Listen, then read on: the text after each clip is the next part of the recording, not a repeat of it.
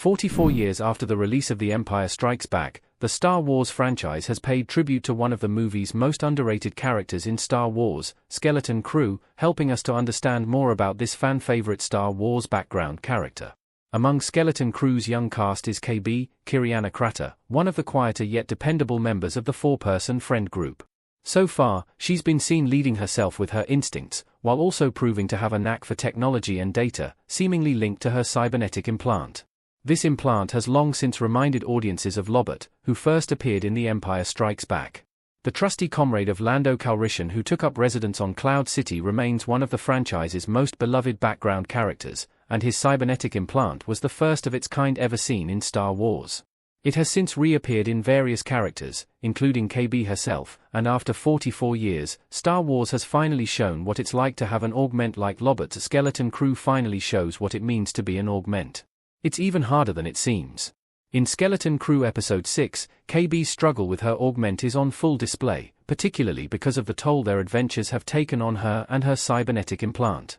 She not only has a hard time confessing to Fern and the others that she's not capable of doing everything they can because of it, but also has to talk them through helping her with a life-saving procedure on her implant when its dysfunction leaves her unable to move. It's an extremely devastating yet also heartfelt and tender moment. Skeleton Crew made this Star Wars disability so very real. It's an extremely vulnerable moment. KB, Kiriana Kratter, gives them a serious look on Lanoopa in Star Wars, Skeleton Crew image via Disney+.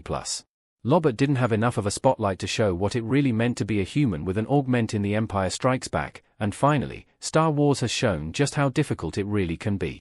It wasn't quite shown with the clone trooper Echo in Star Wars, The Bad Batch either, following the addition of heavy cybernetics and a removable implant that helped him embrace what the Techno-Union had made him into.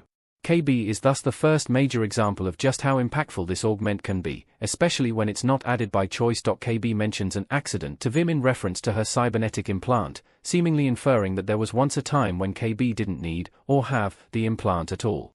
KB continues to wrestle with the aftermath of the accident, citing that she had no friends after the changes made to her, paralyzing her with a fear that even Fern would turn her back on her if she realized that KB couldn't do all the same things she could anymore.